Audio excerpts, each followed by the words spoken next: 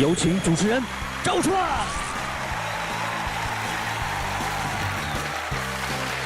谢谢现场的观众朋友们，谢谢大家。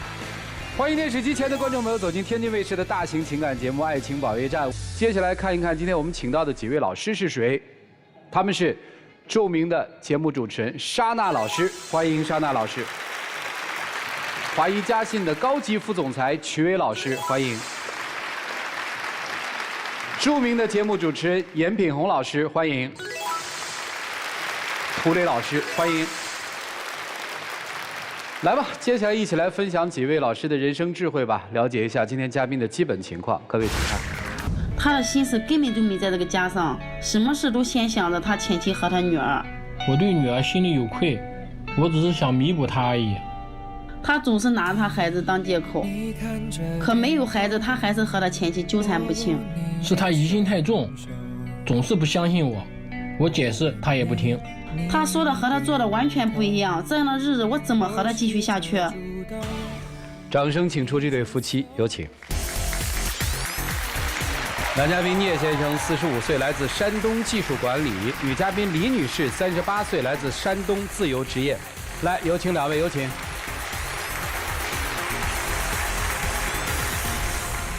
欢迎两位哈。你好，主持人。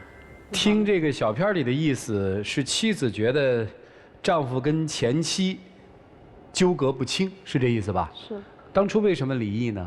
当初就想能生个儿子，结果前妻给我生了个女儿，我就找了很多借口，然后和她办理离婚手续。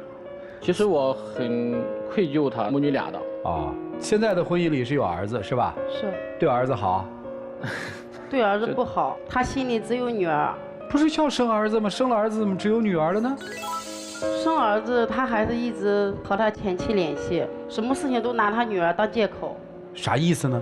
就是说儿子要个东西吧，他催三阻四，他都说不行，不给买。啊。有一次他在家里拿了300块钱，他说去买水果，结果他回到家的时候什么都没买来。主持人，那次是女儿过生日，他妈妈说的，说孩子现在正学习比较紧张，需要加点营养。我300块钱就花完了。那女儿需要长身体，儿子不需要长身体吗？你的心里只有你的前妻和你的女儿，根本没有这个家，也没有儿子。就是在你的心里，他对儿子不好，是吧？是。你们家谁管钱呀？我们家他一直在外地，他挣的钱他不给我，我自己弄一个小店，都是我自己养孩子。啊？就你们家的钱是他挣，是吧？你挣的钱都给谁了呢？他挣的钱都给他前妻了。我问他要问儿子交生活费，他都说没有没有。那次我看了他的转账记录，都转给他前妻了，哪还有钱转给我们呀？他根本心里没有这个家。你看主持人，我这个年纪，这个生活压力真的很大，我上有老下有小。那次是因为女儿刚考高中嘛，需要点钱，那次叫她看到了。你总是都有借口，每次说到你前妻和女都是借口。想过儿子吗？行，我问问啊，你们为啥还两地分居呢？不在一起生活？因为我是家里的这个顶梁柱嘛。因为之前的婚姻，我把正式工作辞了，现在是靠打工维持生活。我一天不打工就没有收入。但是还想把生活过得好一点，所以都去的打工的地点比较远。对，但是你挣这钱，你不是也没给妻子吗？因为我之前那个婚姻，感觉到愧疚我的前妻和女儿的。我前妻她一个人，为了孩子的成长，也没有再婚。她每次联系的时候，她都在指责我，说我毁了她的一生。所以说我现在我就只能用钱。这些都是借口，知道吗？你们已经离婚了，不要拿这个当借口。你现在给这个前妻和闺女给多少钱一个月？平均就是3000块钱吧。他当时离婚的时候，每个月的给说的生活费是700，现在是10倍都有。他一个月8000多的工资。是吗？是的，都。就说你现在一个月收入有7000块钱是要给前妻和女儿，是这意思吗？是的。哦，你的说法是我在还债，是这意思吧？我总感觉到他有足够的能力来维持这个家。所以你的逻辑是不是这么一个逻辑？就是妻子现在管他和儿子，是吧？维持你们现在的家。你在打工挣钱是养前妻和女儿，是这意思吗？还有一个问题就是说，我希望给他点压力，他要不然他老乱花钱。不是你给他啥压力呀？行吧，咱们接着问哈，这个你一个月跟闺女见几次面啊？我远嘛，1000多公里，我一年才能回家一次。哦，就是1年见一次女儿。我前妻对这个事情呢，就是很烦，我都5、6年没有见我女儿。就给钱是吧？啊，对，光管。那个儿子呢？儿子多久见一回？儿子他不在家也不见呀，他心里只想亏欠女儿的，他想没想亏欠儿子的，亏欠这个家？你是这一家之主，我不是不让你抚养女儿，对不对？在我们的生活范围之内，你也要考虑考虑儿子是不是？还2个儿子，还不是1个儿子。哦，生了俩你们？对呀。老大多大？老大10岁。老二呢？老二7岁。所以他跟儿子亲吗？他跟儿子不亲。主持人，你看他平常在家里就教育孩子，说我这不好那不好。现在我们在家里拌2次嘴，儿子都是攥着拳头瞪着眼，指着门让我滚。你说我还是一家之主吗？并不是我教唆的，爸爸做了什么他都知道，看到妈妈辛苦，不是我说的。等于那你其实也没有尽这个责任嘛，是吧？也不回家，是不是？也不挣钱，也是经济上没办法。那等于儿子和媳妇没有经济没有办法，你跟你前妻和你女儿有办法，儿子就没有办法吗？你根本都没想过儿子和这个家。对你好吗？对我不好。那你跟儿子多久见一回啊？儿子和他一块生活嘛，他想我了，然后就去坐火车去找我，我那个地点他都知道的。带着孩子去吗？对。哦，这个1年能见几回啊？都是放假的时候才去，就像马上就要放假了嘛，2个月的放假期，我就带他们见一次。哦，就是我一个人带2个孩子在路上很辛苦的，就是为了想让孩子去见见爸爸。哦，寒暑假的时候带去是吧？那你不想吗？想，我现在咱社会发展也行嘛，想了就叫视频一下。孩子老大上学了吧？老大上学了。老二是不是也该上学了？就因为这个上学是在前2天又吵了嘛，他睡的叫二儿子上私立学校，我说咱这个条件又不好，收入也不高，一个学期才1000，你1个月给你女儿打够儿子上一年的学了，你想过吗？他老从小给他受到好的教育不好吗？等于聂先生现在承认说自己挣的所有的钱，其实都供女儿读书了，是这意思吧？大多数。所以对现在的这个家庭，并没有尽到一个丈夫的义务，是这意思吧？现在等于您一个人带着2个儿子在生活，对吧？严格意义上说，您好像也像一个单身妈妈一样，对吧？因为老公也不在身边嘛，就是生活上是没有关照的，经济上是没有支持的，是这意思吧？你自己怎么看这个事儿啊？如果是他能听我的，在生活上稍微节俭一点，你指的稍微节俭点是指什么？儿子要什么他就买什么。现在家里到处都是玩具，我收拾卫生还得很麻烦的。你不是也不常在家吗？我就是每次回家以后看到他这种行为就产生反感。儿子得不到父爱，我是又当爸又当妈的。您现在1个月收入方便说吗？我现在自己经营了一个小店，1个月也就算能够供上儿子了吧，省吃俭用。大概多少钱？方便说吗？6、7千块钱吧，1个月。也就是说，您这边6、7千块钱是母子3个人生活，对吧？对。所以你那边给闺女1个月给7000，没听错哈。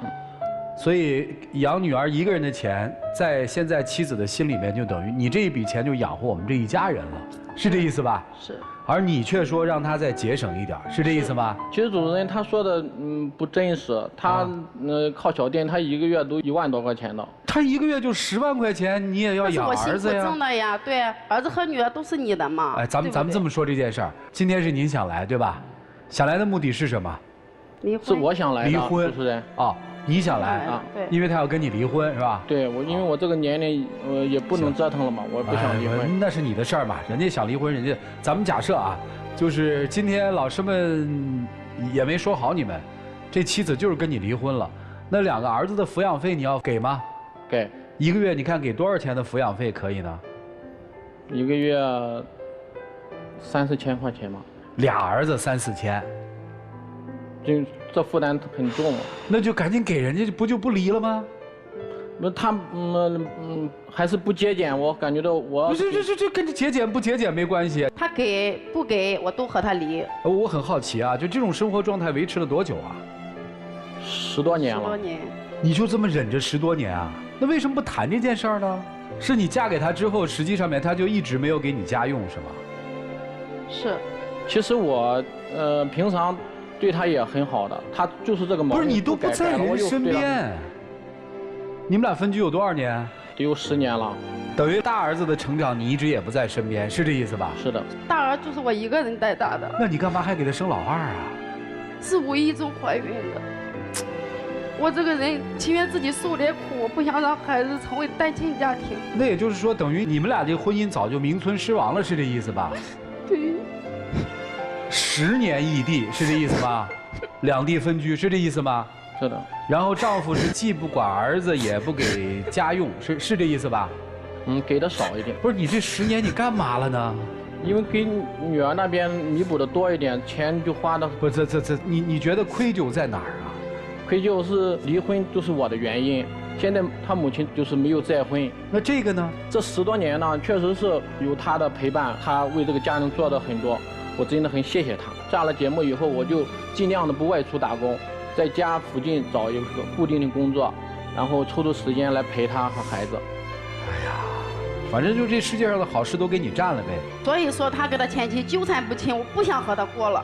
所以对于你现在来说，你现在心里纠结的是说，他的情感没有完全放在你和家的身上，是吧？这个人连基本的爱都没给你，是这意思吗？行吧，各位老师，你们看看怎么办吧。我们一起进入丘比特问卷。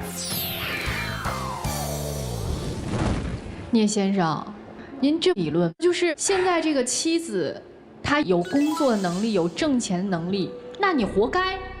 你既然有这个能力，你就自己去养活孩子，然后你还不能过度浪费在孩子身上。人家自己挣的钱，我挣1万，我愿意给儿子花1万，我就花1万。我自己挣的钱，我自己的儿子。然后你说对这个前妻亏欠，对女儿亏欠，那现在这个妻子和2个儿子呢，当什么呀？现在还有一个完整的家吗？这现在是完整的家吗？连钱都没有。对，钱也不见，人也不见。合着就是一纸结婚证，是弥补他们娘仨的缺憾是吗？就这一个证就够了是吗？这个女人就不用管了，儿子也跟您没关系。那您觉得未来这儿子认您吗？你辜负了一个又一个。我一直说，人应该善良一点，你不能那边给前妻7000块钱，这边1分钱不给，这对比差距有点太大了吧？你觉得那边亏欠女儿了，这边不亏欠儿子吗？那边女儿过生日，或者说女儿长身体要补点营养，这边就觉得儿子开销有点太大了。我觉得您现在啊，要做的不是说弥补谁，我觉得你现在应该先弄清楚你现在的责任是什么。你那边已经亏欠了，你不能再让2个孩子没有爸爸。你已经让一个女儿没有爸爸了，你再让2个儿子没有爸爸，你造了多少孽呀？妻子，我想说的是什么？10年了，她为什么一直能够这样肆无忌惮地对你和孩子这样？就是因为你太能忍让了。1度的忍让就会使自己变得特别的懦弱，1度的强悍就会让别人欺负到你的头上。因为知道你有这个能力挣钱，知道你有这个能力养活孩子，我什么都不用管你，你这个女人很强，所以我不用管你。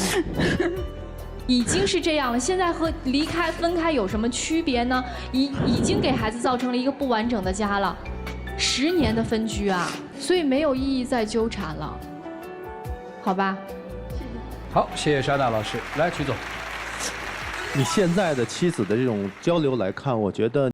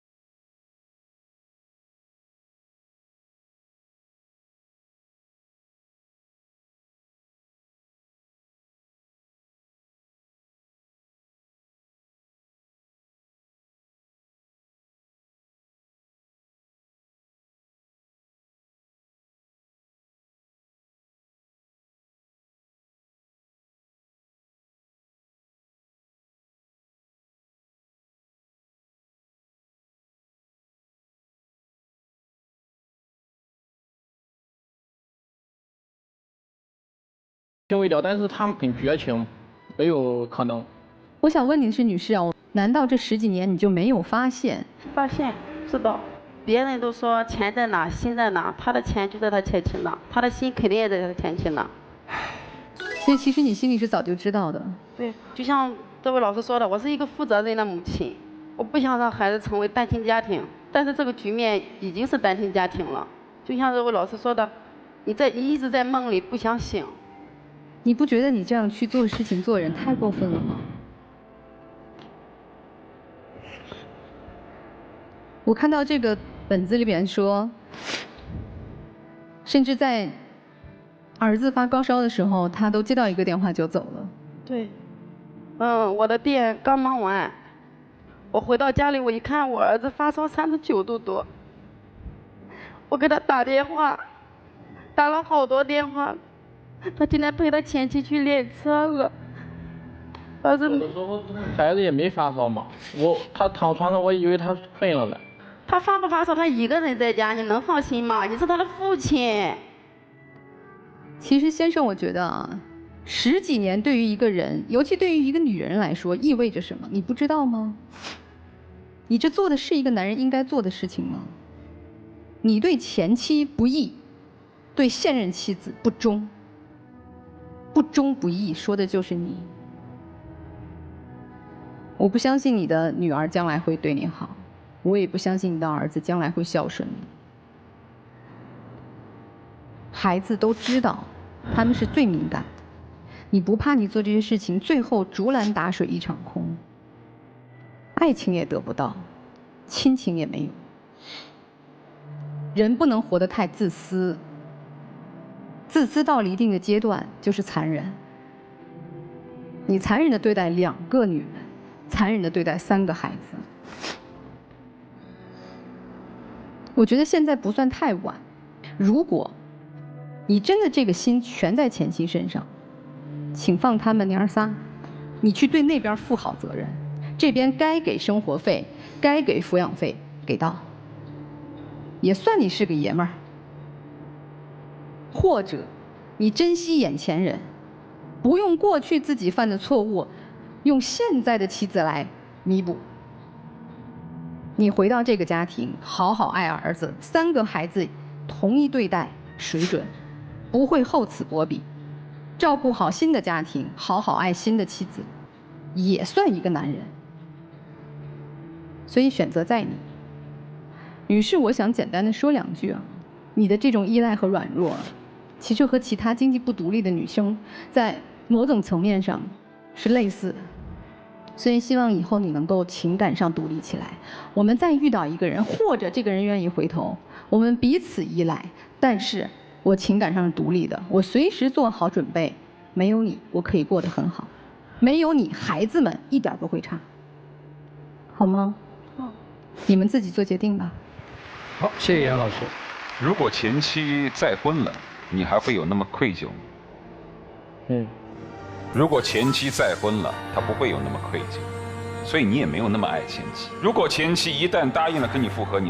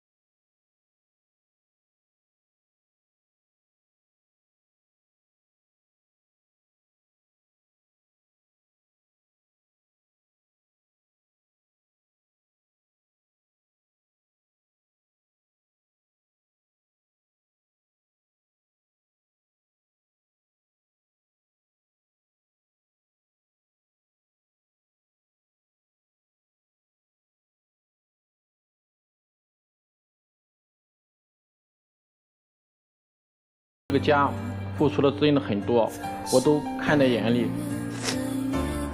感受在心里。我希望我们俩共同同心协力的承担起抚养我们孩子的责任。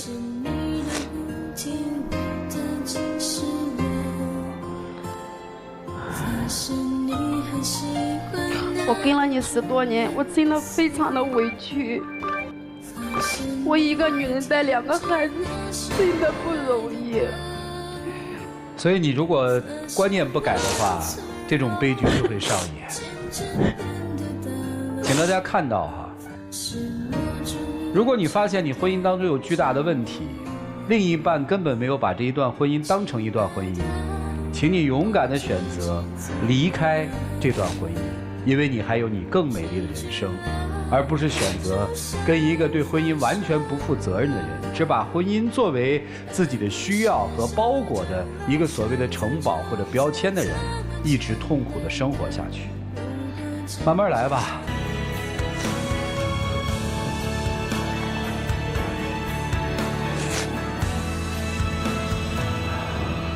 那充电宝是你放的，啥意思啊？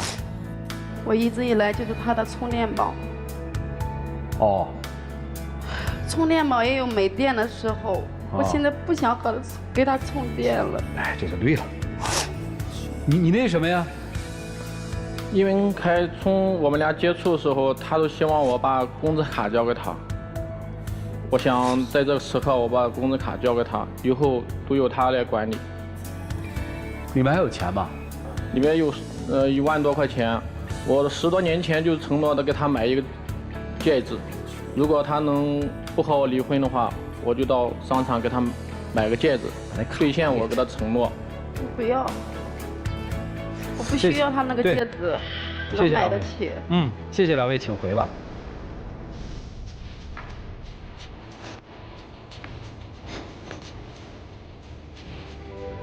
哎呀，请关门，看看他们自己的选择吧，请开门。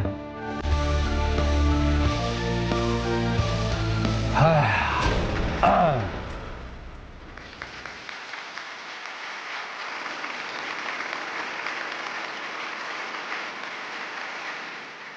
行了，给人自由，好好做个爹吧，努力工作吧。谢谢你，请回。其实过去每一个题最后总想说2句，今天不说了，没想说的东西太多了，我真的不知道从何开始说起。祝所有的人都找到属于自己的幸福，祝所有的人都善良地对待别人和自己。来了解下一对的基本情况，各位请看。我们相处1年半的时间了，现在我越来越没办法忍受他对我这种态度，好像我根本不是他女朋友一样。我也不知道我做错了什么，我觉得我做的都是他答应我的事情，怎么又返回头来埋怨起我来了？他从来都不考虑我的感受，现在更是越来越过分了。我不想跟他分手，毕竟有感情了，但是我仍然不想承认我做的就是错的。掌声有请这一对，有请男嘉宾小杨，24岁，来自四川工程施工；女嘉宾小王，22岁，来自重庆客服。来，有请2位，有请。欢迎2位哈，一个四川，一个重庆，是吧？怎么是初中同学呢？据说。因为我小时候去了重庆嘛，所以你们是在重庆的时候是初中同学，是这意思吧？对。啊，高中还在一起吗？没有，后来就我转学了嘛。后来怎么就好在一起了？1年前吧，1年半。哎，然后我们那时候在微信上面聊天嘛，然后聊着聊着，然后就感觉挺投入的，然后就交朋友了嘛。不是挺好的吗？我听小片说没什么大冲突、大矛盾的。他就是一根筋，一跟到底。啥意思？就是说，他本着喜欢打游戏嘛，然后打游戏又不经常理我，我就比较生气。然后有天下班我回家，我看他打游戏，我就一气之下跟他说：“我说有本事你1个月不打游戏，我都无条件答应他的一个要求。”对啊，我也做到了1个月没有打游戏啊。主持人你知道啊，他1个月之后跟我提了个要求，居然是见前女友。我当时就更生气了。我哪知道他为了见前女友能狠下心1个月不打游戏？你疯了吧你？没有，是因为那时候我们都吵啊，所以说我也没跟他讲原因嘛。然后其实是因为我和我前女友以前是在工作上认识的嘛。啊，前段时间他那边有一个客户需要我去帮忙，所以说我想，既然是挣钱嘛，我跟他也没什么，就是想着为了赚钱嘛。如果说我有什么的话，我肯定不会跟你讲啊。他是为了挣钱，按他的说法。但是前女友肯定是一个女朋友的避讳嘛，是。而且他当时也没哄我啊。那是因为我们都来火了呀，我感觉自己又没有错，为什么哄你啊？你每次生气你都不哄我，没事还要我主动。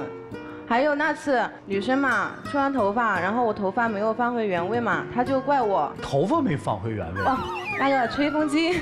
哎呦，吓我一跳！吹风机，吹完头发以后没放回原位。哎，对。啊，学会以后记住这种错误不要犯。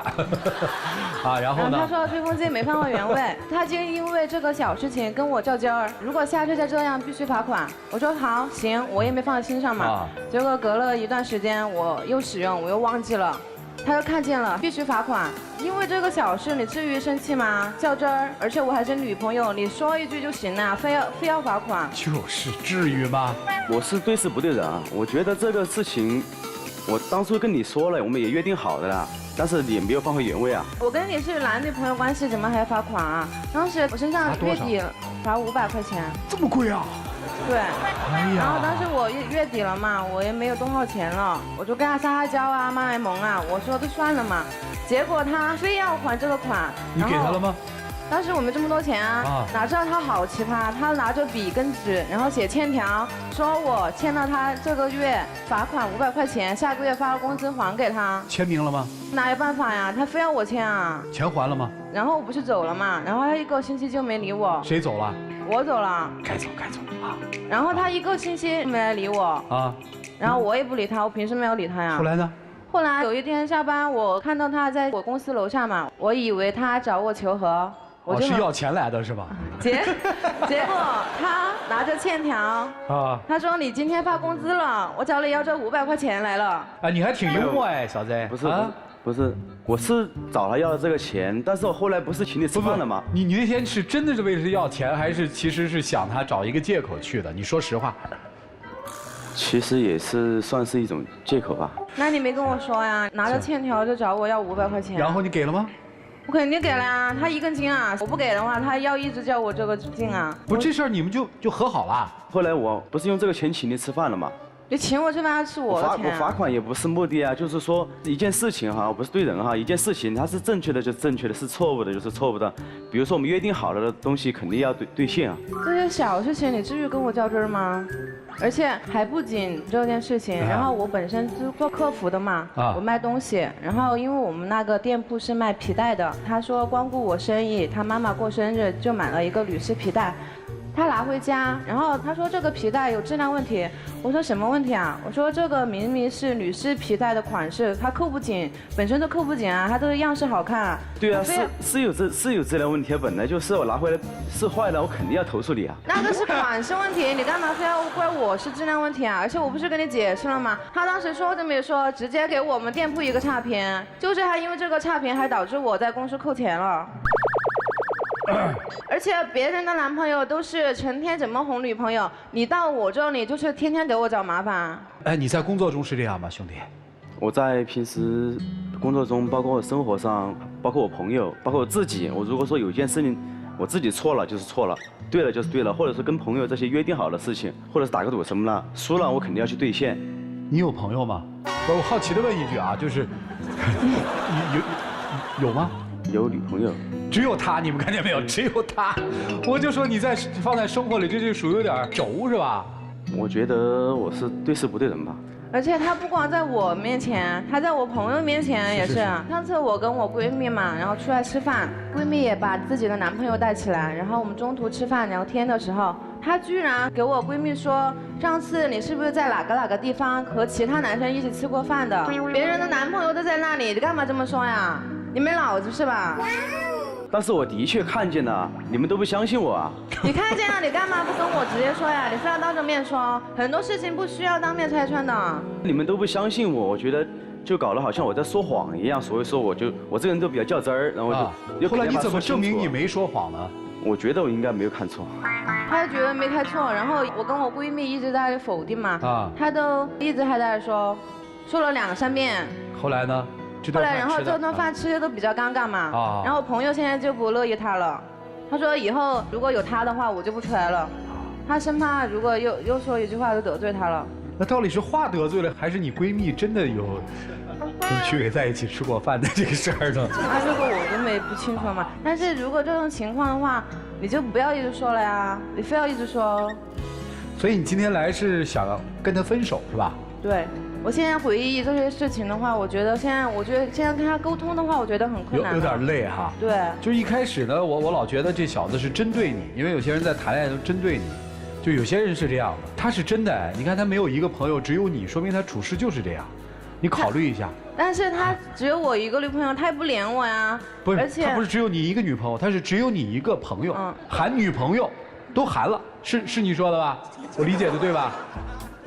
但是所以你对他很重要哎，完全看不出来啊，他一点也不连我，而且每次吵架也差不多是我找他求和的。每次都，每次吵架为什么是人找你求和呢？没有啊，我们都是讲道理的。你讲什么道理呢？他非要一根筋，然后什么事情非要分个对与错，不管我觉得讲道理嘛，我错了就我错了，我肯定会跟他道歉啊，他错了他不跟我道歉，我肯定不会跟他道歉。他特丑，对了还是错？错的，没错呀，我就觉得他不好看呀。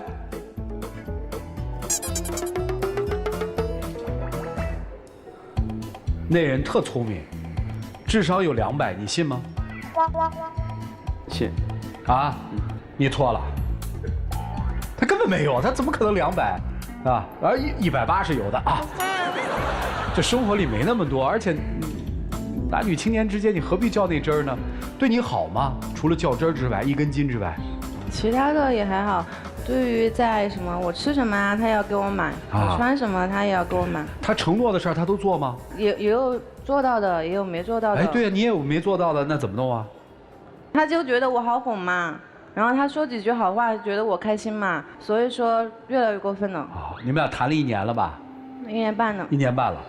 你喜欢他什么呀？不喜欢的我们知道了，一根筋轴是吧？愿意较真儿有时候觉得缺少一些变通性。那你喜欢他什么呢？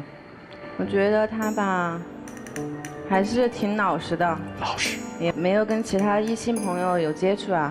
他是没有啊，他是没有。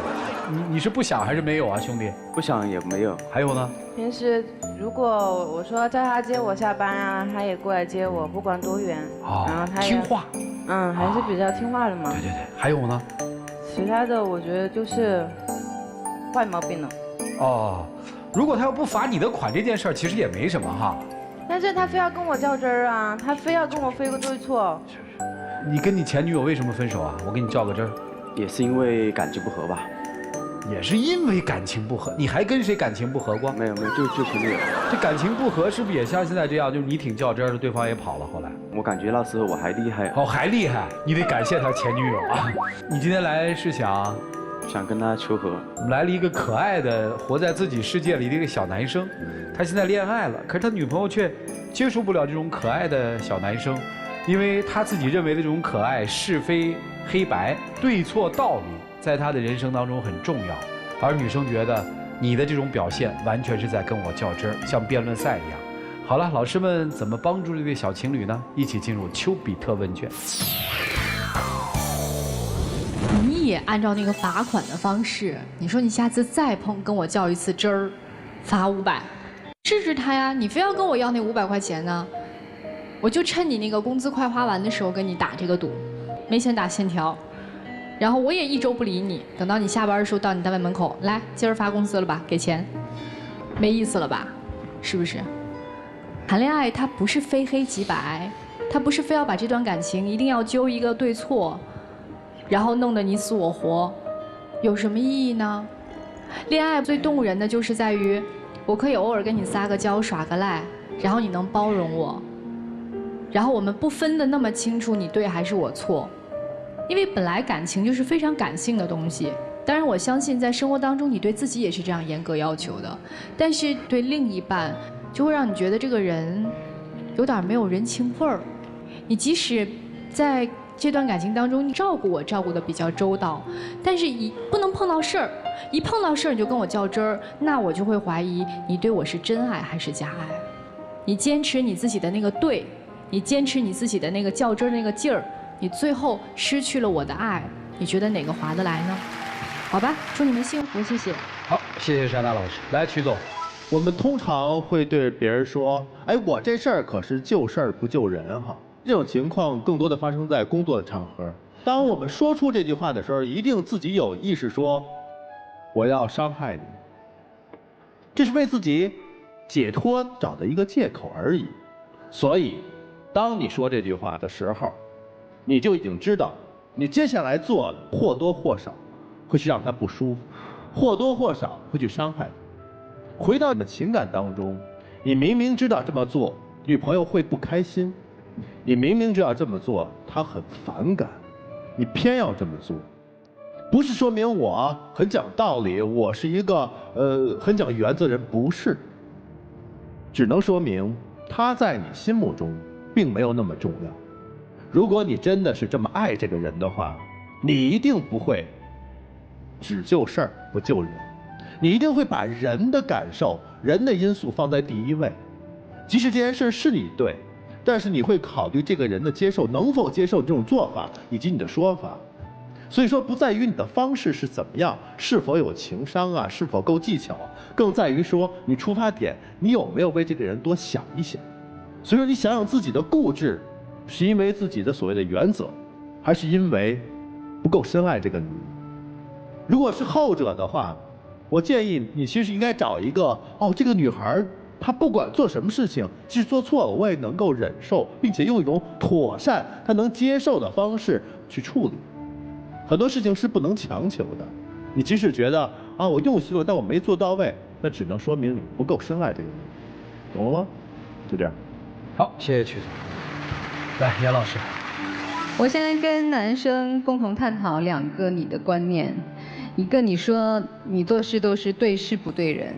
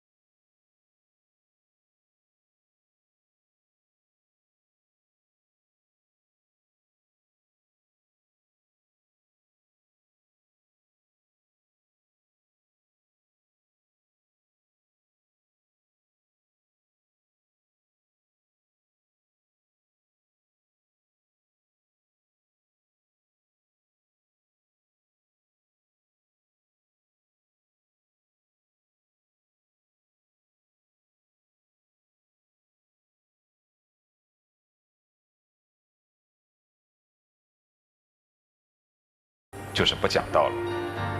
你老是把这个世界简单的分成对或错，其原则上是因为你不愿意更多的付出。当你处处的去做。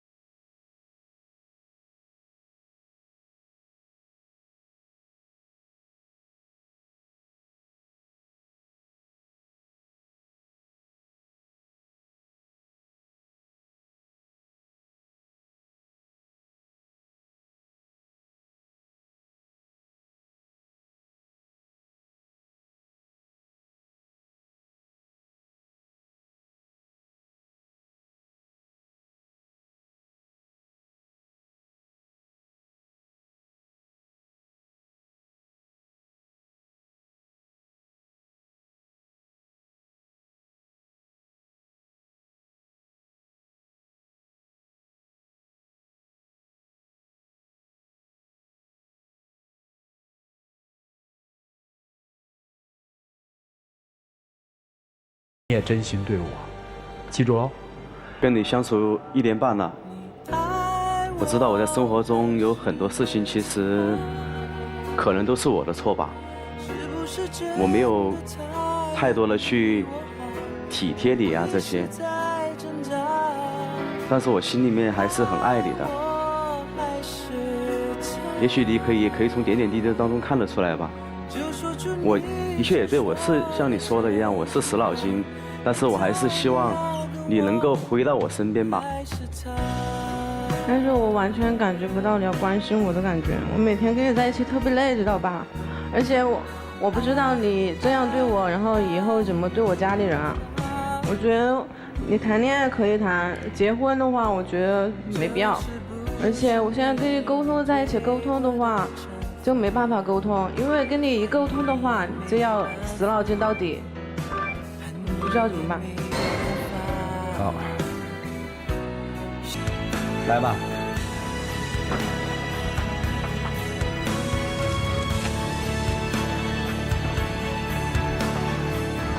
女生放的什么记忆？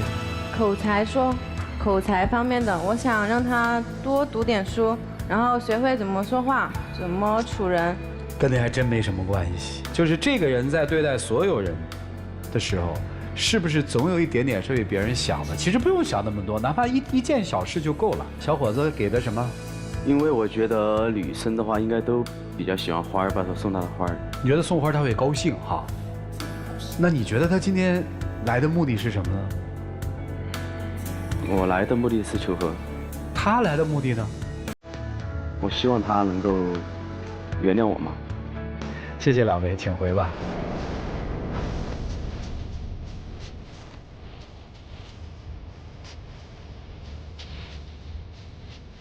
来，请关门。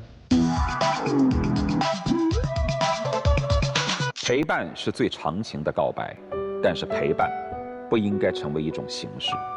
人在心不在是敷衍，心在人不在是思念。只有人在心在，才是真正的陪伴。我们看看现实生活当中，这对情侣如何选择吧，请开门。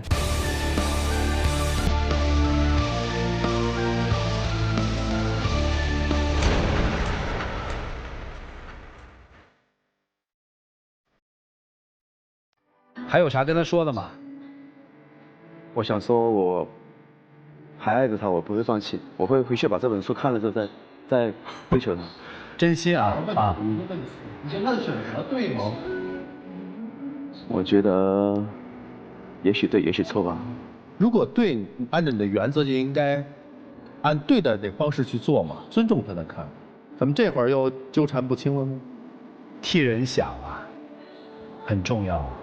谢谢你的分享。有网友提问说，我和男朋友网恋1年多了，在网上他特别的体贴，见面以后发现他是一个不求上进的人。虽然他平时对我特别好，照顾我很周到，但是以后总要生活啊，总不能以后我工作养他吧？